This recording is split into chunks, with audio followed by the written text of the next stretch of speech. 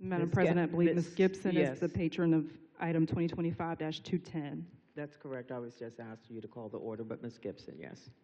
Thank you, Madam President. So tonight we are voting on the FOIA library, and as there are two papers on the table, regardless of how the vote goes this evening, I'm really very thankful that Richmond City will be the first city to have a codified FOIA library.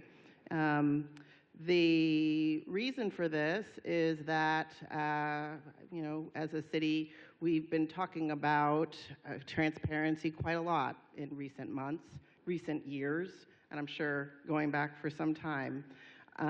And a FOIA library, I think, is an important step in doing so.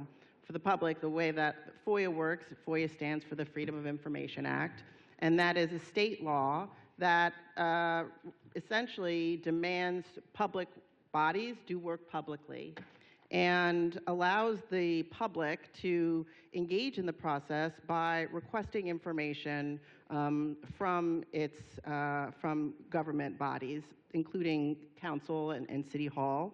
And the way that the law works, it allows the municipalities to have certain exemptions in what it shares and how it redacts the information in that. But ultimately, the objective is to bring sunshine to the way that we work for more government accountability. So there are two papers that are up for consideration this evening. And essentially, the decision is based, or the difference between these two papers, it hinges on discretion.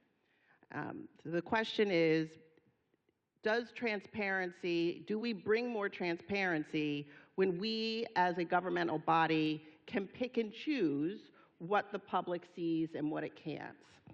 And from my perspective, we can't. Now, that's not to say that sharing some information isn't a good thing. I'm certainly a fan of some information and getting some information, but some information is not transparency. Some information, to be frank, is the way that the government works now.